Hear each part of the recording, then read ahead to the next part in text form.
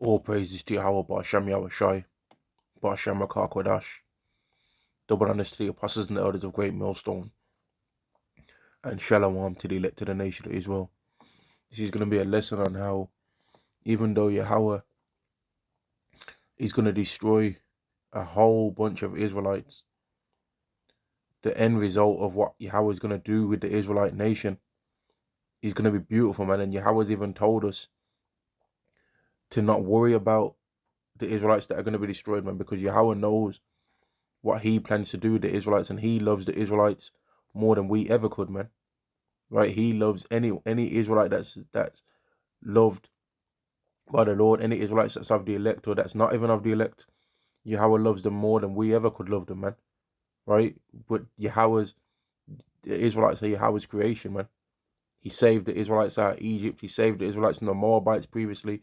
He gave us the time that we're in now, which is the feast of dedication. Right? He gave us the Passover to keep. He gave us things to remind ourselves of the mercy that he can have on us. And from the time that he saved us in the past, man, Yahawah loves the Israelites way more than anyone of the house of Israel could ever love the Israelites, man. Because we're his creation, right? We're the vessels of mercy, which is of a fall prepared to glory. This is Ezekiel chapter 14 and verse 12. The word of Yahawah came unto me, the word of Yahawah came again to me, saying, Son of man, when the land sinneth against me by transgression grievously, then I will stretch out mine hand upon it, and I will break the staff of bread thereof, and I will send famine upon it, and will cut off man and beast from it. And Yahawah's getting ready to do that to Babylon the Great and everywhere else in the earth when he just gets angry to the point of saying, you know what? It's time to bring my ultimate wrath upon this earth. Verse 14. Though these three men, Noah, Daniel, and Job, were in it, they should deliver but their own souls by their righteousness, saith Yahawah power, which is a proof that all these people are Israelites, man. Noah in the spirit is an Israelite. Daniel in the spirit, well, Daniel was in the tribe of Judah, and Job was from the was an Israelite too, man. Right? And you can understand this by just knowing how all of these people feared God. In the spirit, Noah was an Israelite. Right? There's such a thing as reincarnation in the Bible. And if Noah was going to come back through any line of the nations that he was the father of prior through Ham, Shem, and Japheth, right? He would have came through the line of Shem, which is the chosen line, the line that was given the laws, right? Through the seed of Jacob, who was given the laws. He wouldn't have came through the Hamites. He wouldn't have came through Japheth. He would have came through the line of the continual people that ended up getting all the blessings of the Lord through Abraham, Isaac, and Jacob. Verse 20. Though Noah, Daniel, and Job were in it, as I live, saith Yahawah, they shall deliver neither son nor daughter, neither they shall deliver neither son nor daughter, but they shall deliver neither son nor daughter.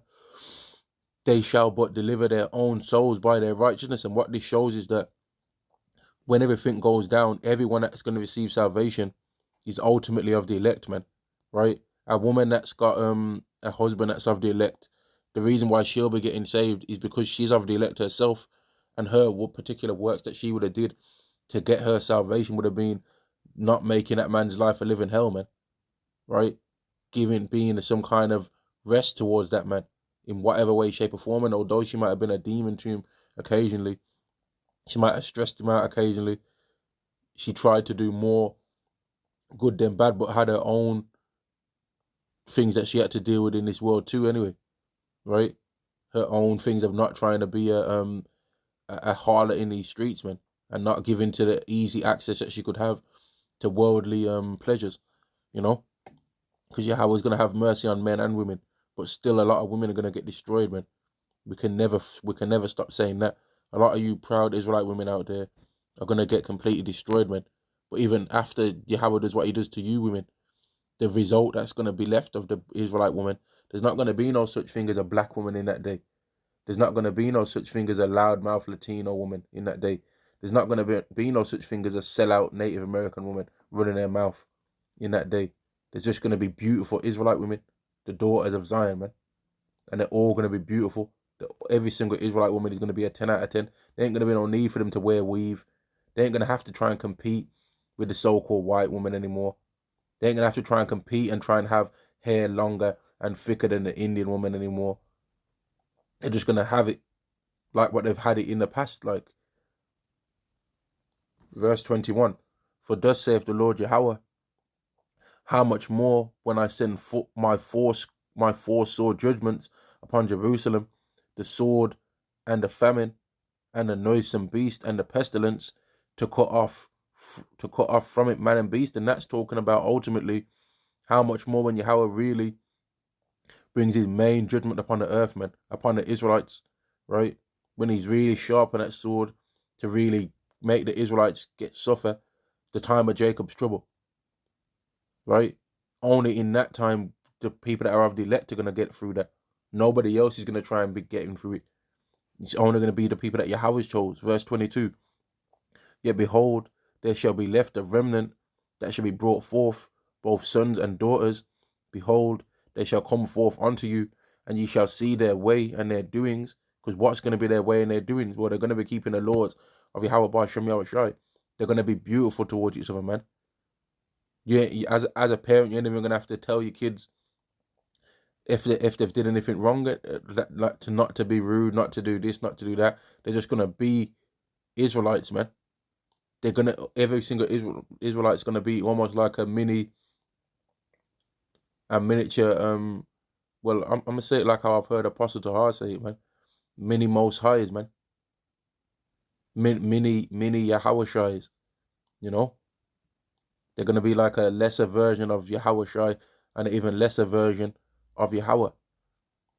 Verse 22, behold, yet behold, therein shall be left a remnant that shall be brought forth, both sons and daughters, which means it lets you know that women and men are going to receive salvation, but a lot of Israelite women are going to get destroyed, man, because there's already more women than men anyway in the world, and a lot of Israelite women have been proud, man, and there's scriptures specifically speaking on the Israelite woman getting destroyed and the Israelite woman being made humble, man, to where she don't care about a man having 7 wives, having 10 wives in that day.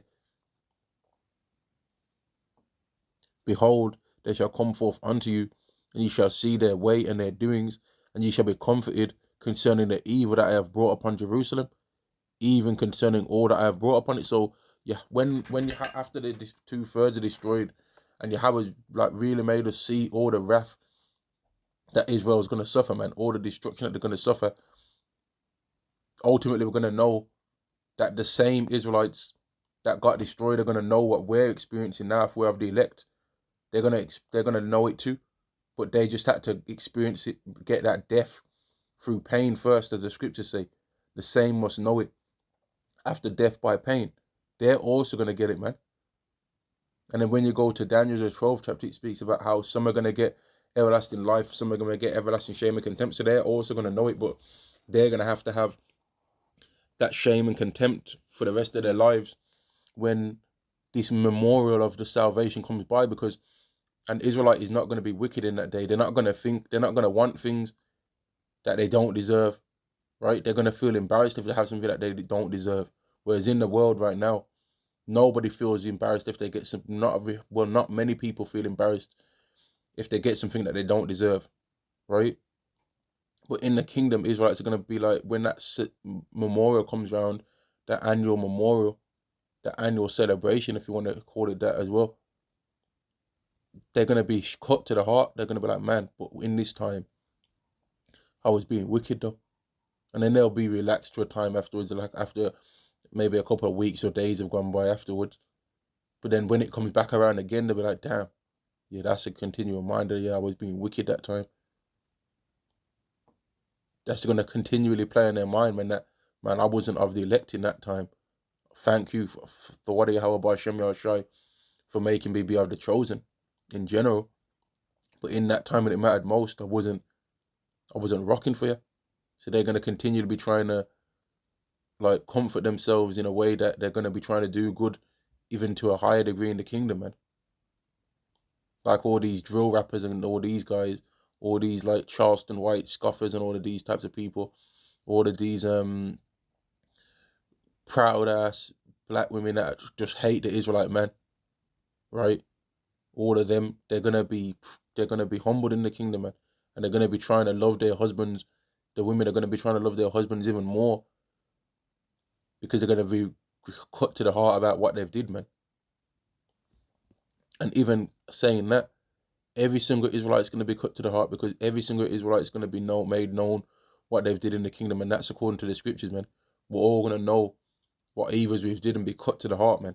We're going to be like, damn, I did that evil ass stuff in this life, past lives. They're going to remember. It's going to all be brought to their memory, man.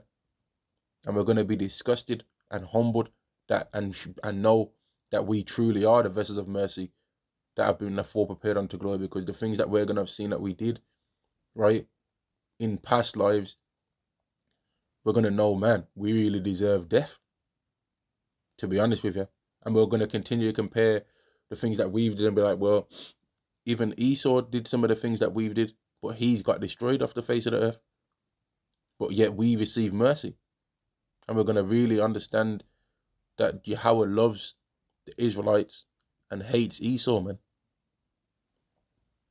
Let me continue on verse 22. Yet, behold, therein shall be left a remnant that shall be brought forth, both sons and daughters. Behold, they shall come forth unto you, and ye shall see their way and their doings, and ye shall be comforted concerning the evil that I have brought upon Jerusalem, even concerning all that I have brought upon it. And they shall comfort you when ye see their ways and their doings, and ye shall know that I have not done without cause all that I have done in it, saith the Lord Yahawah. So Yahawah knows what he's doing, man. Yes, 2/3 have got to be destroyed. Yes, a lot of them are going to be burnt with fire from heaven, from the ICBMs in World War III. Yes, a lot of them are going to starve to death. Yes, a lot of them are going to be killed with a sword. Yes, a lot of them are going to meet Esau in his full form when he's not playing. He's not pretending that his name is Alan, right? He's not pretending that his name's Mark. He's just straight up, I'm an Edomite, you're an Israelite. Let's do this. They're going to meet Esau in that state, man. A lot of these people. Yet still, after all they go through and the pain that they're going to suffer to leave this earth, the same must know it after death by pain. So they're going to ultimately get it too, man. And we're all going to be under the new covenant, and it's going to be amazing, man. The things that we're going to be able to do. But I'm going to end the lesson there. Yahawah knows what he's doing with the Israelites, right? He loves the Israelites more than anybody else, and he knows what his plan is for the Israelites. All praises to Yahawah Ba'Shem Yahushai, Ba'Shem Makar Kodash. Double honors to the apostles and the elders of Great Millstone, and Shalom to the elect of the nation of Israel, men and women. Shalom.